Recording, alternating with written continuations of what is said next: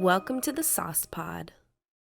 Welcome back to this Sauce Pod. It is Monday, February 6th. I can't believe that we're already this far into February. It blows my mind. Or into 2023, I should say. I can't believe that we're already, 5 weeks into this year? It's wild. Yes. That is We wild. are. It's It's it's strange too to much think for about. anyone to comprehend. And this year is already flying by us, y'all. So today we've got some good topics. Of course, we're going to be talking about TikTok. We're going to be talking about a potential TikTok style feed app, but for written articles. So that's on the list. We're going to be chatting about Twitter. Twitter's got this whole pricing proposal out in the wild that's going to blow your mind, I would say, if this was a marketing gimmick, but it's not. It really is surprising to me.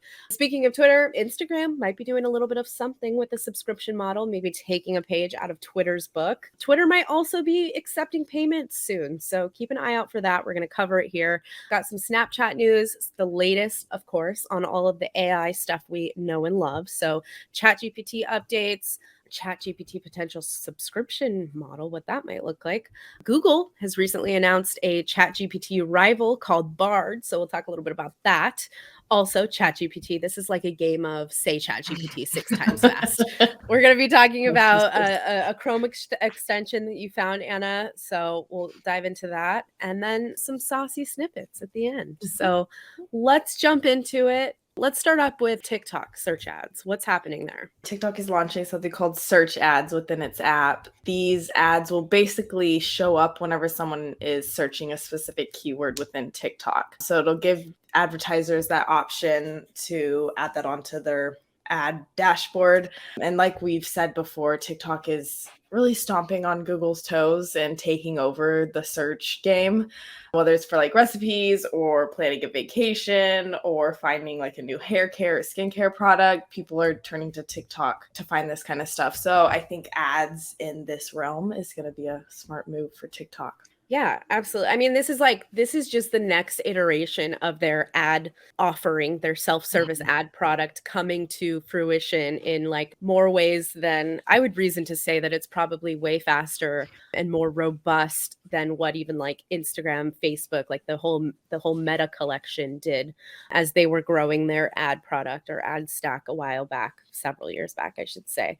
And it is what we all know and love today on go onto Meta ads, pop in and create an ad, and you have like all your different objectives and things like that. TikTok is finally catching up. It took a while, but only really about a year or so since they've released advertising as a self-service option on their platform. So TikTok search ads, I feel like, is just the next iteration of that. It makes sense. It's a good way to reach people within a search query, especially if you have those like keywords sort of already targeted, or you have a specific niche. Target that with your ads.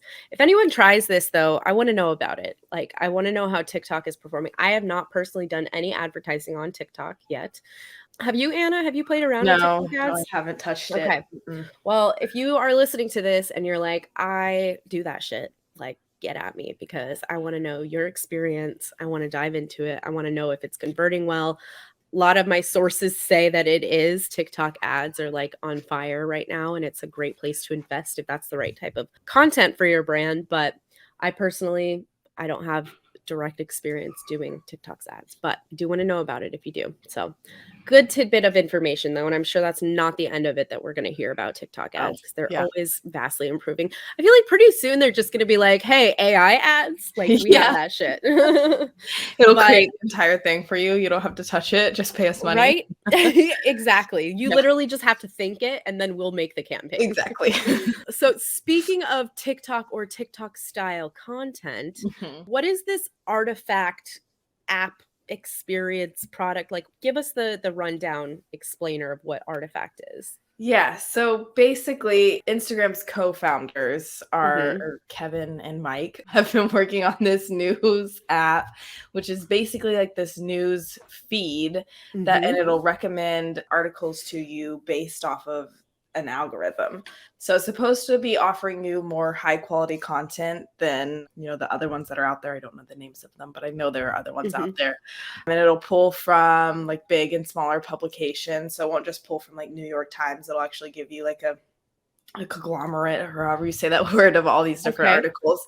And any misinformation will be removed from the app. And recommendations aren't based on how much time, or aren't based on how many clicks or comments an article gets. It'll be based off of the time that people spend on that article, which I think is kind of cool. You know, it's actually something that people are enjoying. I guess they're trying to kind of base this off of like a TikTok style algorithm. It's not launched yet, but you can join the wait list. We have it linked in the newsletter. I don't know. Maybe it'll work. Maybe it'll be something that people like. So let me get this straight. It's like the mechanism of TikTok's kind of like scroll and algorithm feed experience, but with like written content. Exactly. Like articles. Okay. Yeah. And I would assume then the algorithm would just like build on that, like, oh, you like this article, and then continue like surfacing you down the wormhole into cave diving TikTok, which is not something I did over the weekend. It goes deep. Let me just tell you, no pun intended. That's how you get stuck in different like niches or talks, if you will, like, you know, all the different niches of it. Yeah. But anyways, I digress. Artifact. We'll have to keep an eye on that. Any news to when like it might be launching, or are they just still kind of in development? I think they're still in development. Okay. I don't know. I don't see people using it in this day and age, or too many people. I don't know. We'll see. We'll keep you guys updated. Yeah, I mean, yeah, especially because like there's a proliferation of already, you know, like content text-based like apps. You have Substack, you have Medium, you have like you have all these different like feed reader types of apps and software. So it'll be interesting to see how that one pans out, but I'll be here for it. All right, let's talk Twitter. It is time. Tell me about this ridiculous gold check mark. Yeah. Okay. So of course there's like, you know, there's value to being verified on Twitter. $8, you know, $8 a month makes sense. But what about if you want recognition for your brand? Like, how much are you willing to pay? 50, 100, 200? That's, you know, that starts to sound a little much, but Twitter sounds like software. Like it sounds like a tech that you would invest like in as like a small business. Yeah, exactly. Well, Twitter's thinking that, you know, their gold check mark for brands is worth around 1,000. That's what they're thinking is a good number to charge people. Like a month? A month. What? Not even just like a one-time thing, like $1,000 a month to have your business have a gold check mark. Yes, on Twitter. That package pisses me off. will give you like the option to verify your own staff that work for that brand that are on Twitter, but it'll then also cost an extra $50 a month per employee. So time will only tell if Twitter, you know, they haven't actually confirmed this number. It's just what's in the I've seen it floating around too, like looking through the headlines. Like I see two sides to it, right? Like I see how Twitter might be trying to appeal to these like enterprise level businesses who have tech, software, and marketing budgets that are like hundreds of thousands, if not millions of dollars a year. Like, okay, fine, $1,000 a month to be on Twitter and get it like that gold badge, the check mark is like a drop in the bucket. But what about for all of the like it totally marginalizes all of the other small businesses who are legitimately trying to build up their brand online and are in the initial like, you know, mid-level or even like small business structure organization where they have the resources, they have a marketing team, they have a social team, whatever, they have designers and like all of these people that you would expect on a marketing team, but they don't have $1,000 budget to like pour into this something like it frustrates me. And I'm sure Twitter will probably pander to it and be like, well, here's the small business badge or something, $50 a month, like whatever. Just creating random colors with it's just a, yeah. It's ridiculous. Yeah. I had somebody last week in this cohort that we're running with the sauce ask me like, is it worth getting Twitter Blue at this point? And I was like, I will neither confirm nor deny, especially being here on Twitter. But I will say that in my experience, it is not worth it, at least not at this stage, because it's not developed enough. And we were even talking about this a few weeks back, Anna, how like Twitter Blue as a verification program is only just now starting to roll out some of those more like premium features that people have been paying for since what, like November, December. I would wait if you are a person who's like, should I get Twitter Blue? Hold off on that shit for now. But your mileage may vary. So it could be worth it. I don't know about this gold check mark nonsense, though. We'll have to We'll have to circle back on that one. We will. It's just interesting to hear that anyone would think anyone would pay $1,000 for a social media subscription. I can't, there's so much more I would add to this, but I'm not. Speaking of subscription models, there is rumor afoot that Instagram could be working on their own subscription plan, which includes a, guess what, blue badge.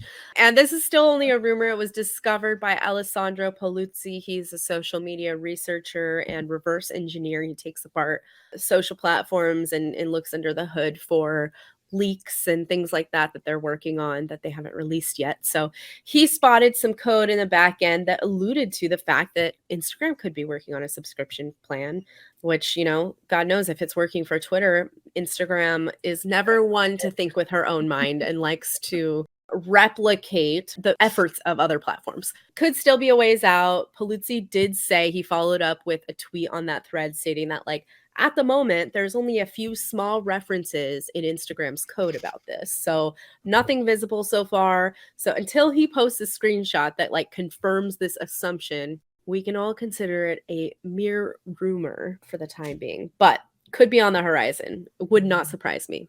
It wouldn't surprise me at all. Twitter's doing it, Instagram might do it, but Twitter's also trying to do a million things right now. As we know, there's been rumors of, you know, this new Twitter 2.0 sort of embracing like facets of being a super app, which is like what, Anna, an app that just does everything. Yeah, like you can, you know, order food off of it, pay for stuff off of it. Just do your life on this app. Yeah. Exactly. China has one that's, I guess, pretty popular. I forget the name of it. It's not WeChat, is it? I think it is. It is. It might be WeChat. Yes. WeChat allows or enables a lot of this. But okay, so tell us about what Twitter's latest foray into becoming something that it currently is not. So they're trying to, or they're going to work on turning Twitter into like a payment platform. So think of like Apple Pay or PayPal. Twitter wants to be able to have the option, you to be able to, I guess, buy stuff off Twitter and then also be able to send money to other people. So, you know, there's obviously regulations surrounding that. They're going to have to jump through some hoops in order to get to that part or point, but they are working on it. I'm confused because I'm like, okay, Twitter is, if it was, you know, Elon's original plan to turn this into a super app, why not start from the ground up? Twitter, in everyone's mind as a brand, is a short form text social media app. Why are you trying to, I don't know, the brand shift there, I think might end up. It's going to be hard to get people on board. I know we've said this before, but I'm really looking forward to Twitter's earnings reports, if that's something that they still publish, just to kind of see how all of like the pieces align, because a lot of it I think is like smoke and mirrors, and a lot of us as the public are no longer privy to what's happening at Twitter now that it's very, you know, it's under tight control. Like there's definitely been conversations had where people from Twitter are like, we all have to sign NDAs. Like there is like nothing getting out. No information is getting out of this company to a certain extent. And then you have Elon Musk like just tweeting his like life story. So it is confusing to me to like watch it happen. But at the same time, like I've never been busier on Twitter. Like I have so much engagement happening these days, and it makes me think like, okay, maybe Twitter isn't going to die. And so what does the real like active users, monetizable users actually look like on Twitter right now? And that's usually something that traditionally a company like Twitter would release in like an earnings report to highlight some of those numbers. But who knows what we'll be getting in like March, April, the first quarter of 2023. Like it'll be like a meme. Like here's our report. No, like it'll be some like troll meme from like the deep depths of Reddit, and like it would be very on brand for Elon Musk to do something like that. But it really would. Something that they're working on, which this one will be coming out a lot sooner than the payment, something called Coin. So it's basically, it'll allow you to support creators who tweet great content in Elon's words. I guess it's kind of similar to Instagram's like subscription plan, where you can subscribe to creators to get like exclusive content, except this, you know, won't have the exclusive content there. It's just you're throwing coins at people to pay them for, to show your appreciation. That's an interesting model. That's what Reddit does right now, because as it exists right now, you can enable, if you have a creator or professional account on Twitter, you can enable tips on your profile. I think if you have like a certain threshold of users, you can enable tips to where like it's the little like $ symbol if you go on a random user who has it enabled, and you can just like right from their Twitter profile, you can like tip someone and you essentially send them money through Twitter. So I guess going back to the payment platform, they maybe already have some of the infrastructure in place, but with what this coins situation is, Reddit kind of does something like that, where like you buy into badges and things like that, and then award those badges and Reddit awards, I guess they're called, to different people's posts that you really like. So it's not like you're paying the post creator directly, but you're paying into Reddit's program that I guess they then funneled that some of those funds down to like the creator in some way. Anyways, I would imagine that that's probably like a similar approach that Twitter would be taking. But I know that they, all in all, they want to help creators. They're trying to. Twitter has made it clear that they're on a path to like monetize creators. It's just when that actually happens, I will be in line waiting. We'll see. We'll see. That's We how will it's been see with on Twitter. this one. Yeah. Yeah, I can never make like assumptions anymore about Twitter because it's No. just like you don't know. Like you don't know really. Spaces could disappear tomorrow. It's happened before. All right. Well, Twitter, we love you. You keep doing you, girl. Let's talk about AI stuff. ChatGPT. Okay. So the latest on ChatGPT, give us the rundown, Anna. There's a lot going on. There's quite a few different stories that I put in the newsletter. But if you haven't heard, I saw this all over Instagram, I think last week. ChatGPT is now officially the fastest growing consumer app in history. It reached 100 million monthly active users in January. So to put that into comparison, OpenAI's chatbot ChatGPT, tongue twister, did that in 2 months. So they did that in 2 months from launch. And then TikTok, it took 9 months, and Instagram, it took 2.5 years. So ChatGPT like knocked those two off. They're just like, no, we're taking over this. We have the most users the quickest. So to capitalize on that, they have, I guess they're piloting a subscription plan, which will give you access to ChatGPT during peak times, which if you're on ChatGPT, that's actually super helpful. Because she tends to break down a bit, and when there's too many people on the app, and then you just can't get it all for hours and hours, and it's sad. So for $20 a month, you can get priority access to the features and I guess any new improvements that they decide to push out. It is cool. I haven't signed up for it myself yet. The email is sitting in my inbox. I'm trying to decide if I'm going to pay $20 a month or stick with the free. I can't decide. I think I'm going to do it. I think I'm going to do it very soon because I've like quickly realized that I am reliant on it in some capacities. Like I almost always have ChatGPT window up. I mean, it really is. I've told people this before, but it really is just like having like a second brain near you when you need something really quickly and you don't have like the bandwidth or, energy to like write out an entire beautifully crafted description. Like start with ChatGPT, give me the goods, and then I'll refine it a little bit, and then it's off to the races. Like it's totally changed the way that like I work on a day-to-day basis. And I think I'm willing to, I think it's worth $20 to me. I'll have to like get rid of one of my other subscriptions, but I think it is worth it to have it. Cause on those days that it's down, girl, I'm just like in pain. Like I feel the life leaving my brain. I'm like, how am I supposed to get anything done if it's not working? No, but like there has been moments of panic where I'm like, oh shit, I really need like an outline. I can't do this manually, like the fact that that's where we're at, like thinking about, like it's become such a staple of my workflow at this point, and it's only been around for, what did you say, 2 months? 2 months, yeah. Oh my God. I know. Insane. It's You're right. Okay, you've talked me into it. I'm also going to go sign up for it right after this. I know. We need like some affiliate link or something. Like this is not sponsored content, you guys. ChatGPT is legitimate. Yeah. It is good. Which in line with that, there's a Google extension, which I haven't added it to my Google yet, but I did see a video of it in practice. So basically, it's a Chrome extension that you add like any other extension. Whenever you search a term or whatever in Google, whether it's trying to solve code, it'll pop up basically like a chat preview. It'll look like ChatGPT, but it'll pop up to the right Okay. next to all of the normal Google search results that normally show up.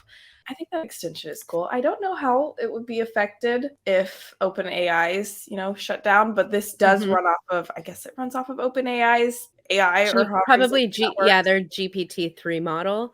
I Yeah. played around with a few of these extensions. I don't think I've tried this exact one, but I played around with a few, and I've found some of them to be really great, like, especially when you need it on the fly, but I still always end up going back to Going right the to the chat. source, going back to the good old ChatGPT, the OG, because ChatGPT, like, let it be known, it does use the GPT-3 language model, but it has its own like training associated with it. So you could use the GPT-3 model for like any form of, plugin or whatever because it's an open API.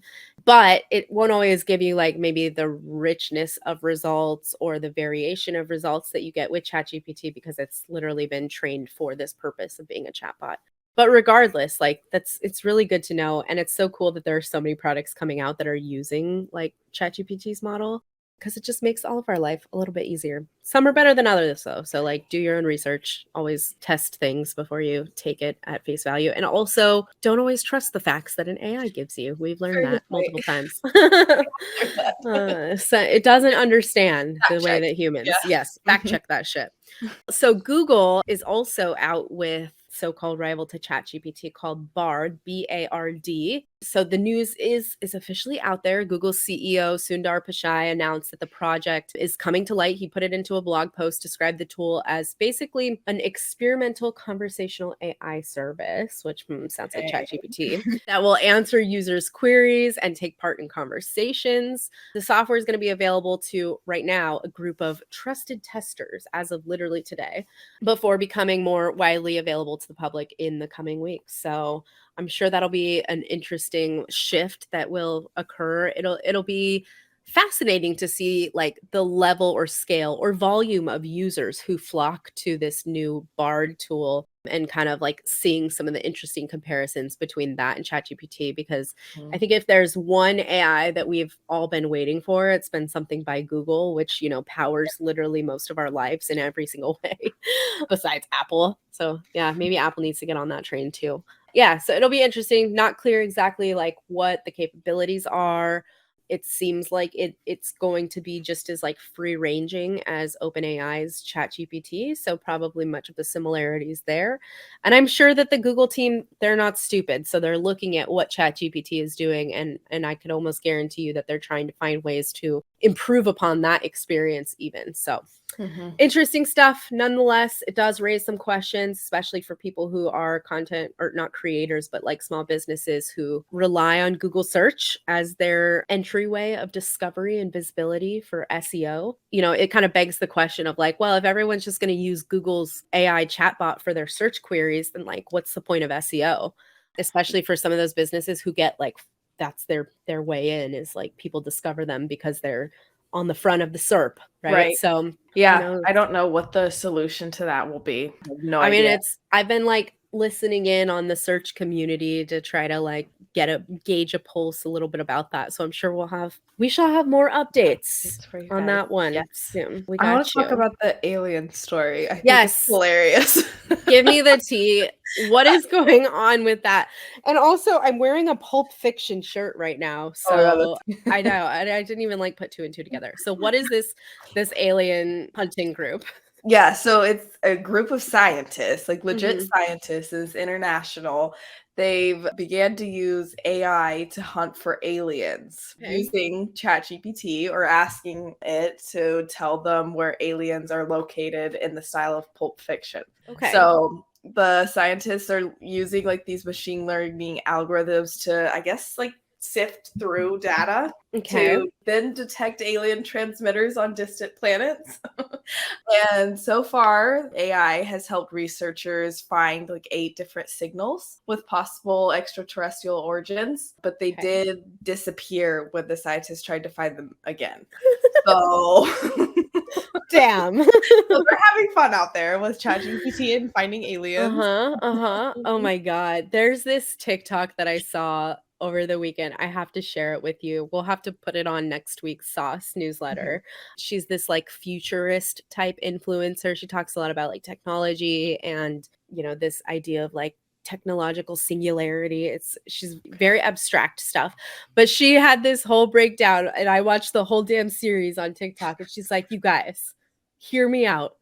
AI is us and we are AI." And she went through this whole explanation of like, if we're attempting to create AI, doesn't the AI just revert back to create us? And so then it's just like a perpetual loop. Oh And God. I was just like, oh my Oh God, no. what? So I'll have to share it. You guys judge it how you see fit, but it was an interesting take on it regardless. Something definitely worth exploring. But yeah, guys, AI is going nowhere fast. We are gonna definitely continue to talk about this every week because there's like it's happening so fast too. Right? It's just like so crazy how often we have like news and updates. It's hard to even keep up with it on a daily basis, the new tools and things like that are happening.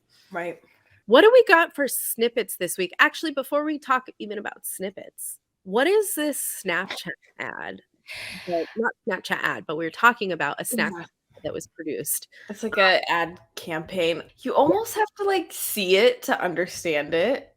I mean, okay, I'll go into a little bit explanation. So, a new executive, Colleen, I don't know how to say her last name, DeCourcy, joined Snap as their chief creative officer last year and describes Snapchat as the best known, least understood social platform. With this new campaign called Wait Till You See It, and it's aimed at, I guess, remedying that. Like education on Snapchat? Almost. But Okay. the way they do it is a very like the way I heard it described like a product demo inside a fever dream. So it's a very elaborate demonstration showing off Snapchat's AR capabilities, basically being able to use filters on other people's faces and then view it through like a different lens. And the ad is cool, but if you watch the video, it just progressively gets kind of creepier Yeah. until the end. So it's Like, cool. what am I watching? Well, if anything, it's a great like piece of content that is a testament to like creative storytelling. Because 100%. if it's technically an ad, but it has this like sort of immersive feel to it to sort of like demo this product. I mean, Snapchat's been making waves for a long time in the AR department. Like Snapchat, it could probably single-handedly be credited for the creation of filters as we know them today. The Snap Lens has existed for a while. Snap Camera exists. You can actually go into Snapchat has its own like open source developer portal that anyone can sign up for. The name is escaping me right now, but you can go in there and actually like literally create and 3D model your own Snapchat filter. All right there. It's a Snapchat product. So Cool. doesn't surprise me that Snapchat is like making waves and always like doing cool shit with especially with their augmented reality stuff. So definitely one to check out. And it's linked right here in the newsletter, which is awesome. Okay. Soft snippets. So there's a couple different ones in here. Yeah, I won't go super into depth in any of them. There's 3 different ways to increase word of mouth for your business during, challenging economic times. That one's a really good read. Definitely hop into that one.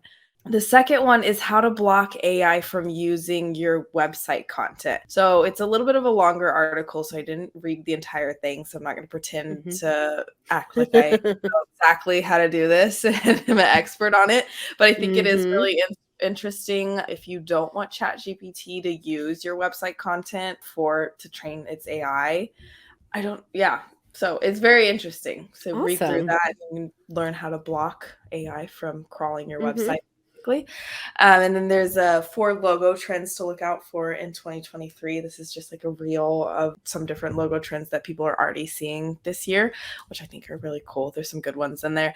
And then we have podcast marketing statistics, which if you didn't know, podcast is like one of the best ways to pull in people to your product just by talking and being more personal. So this has some good stats as well as some tips to get you started.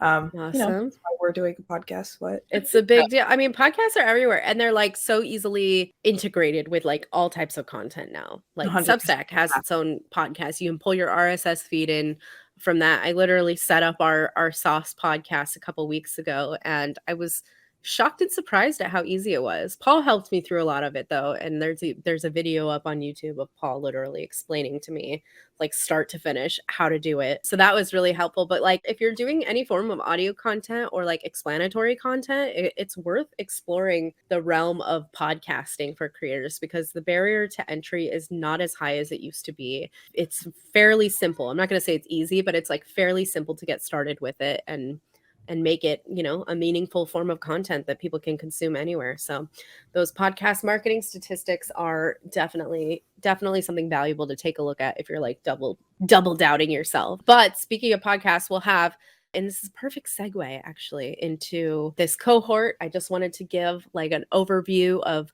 what it is we're doing. I mean, if you listen to last week's Sauce Pod, you will know that I kind of introduced the cohort and everything that we're doing as part of it. But every week we're going to have different speakers workshops. This week, actually, this Wednesday, we are doing a workshop session on Web3 for creators, for content creators. Everything you needed to know. It's an AMA, Ask Me Anything format. We'll have a couple of the pros over from the Sauce team. We'll have some guests there as well, but bring any questions that you want.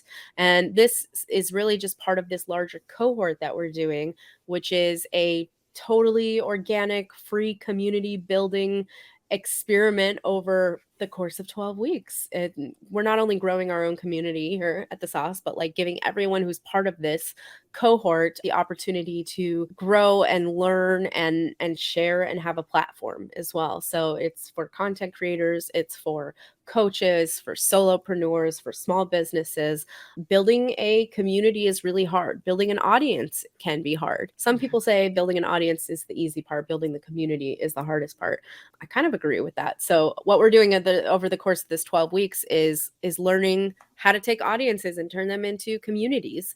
And on the note of podcasts, not this week, but next week, we are going to be sitting down on, I think it's next Wednesday. I'll have to double check, but we'll be sitting down with a special guest who built his own community through podcasting. So he's going to share some really cool tips around how he did that, how he propelled his business forward by creating educational content for a community. And a lot of that had to do with podcasting. So definitely going to get some hot tips and takeaways on that one. But if you want to join the cohort, you can sign up. We'll make sure that the link is available to anyone who wants to. You can find it on Twitter. You can find it on thesauce.foodfightstudios.com right there on the homepage. You can sign up at any point in time. We're going into week 2. This week is week 2. So we've got 10 weeks left. We've got a lot of really exciting stuff happening with this thing. And we've got almost like 100 people who've signed up, which is awesome. It's like a whole built-in community. Everyone is just like jiving and thriving and having a great time. And it's been a lot of fun. So we've got 10 more weeks of it and it's going to be a good time. So definitely hop into that. We'll be back again next week. We'll try to get this one up on Spotify, up on Apple, wherever you stream your podcasts. This is the second official podcast.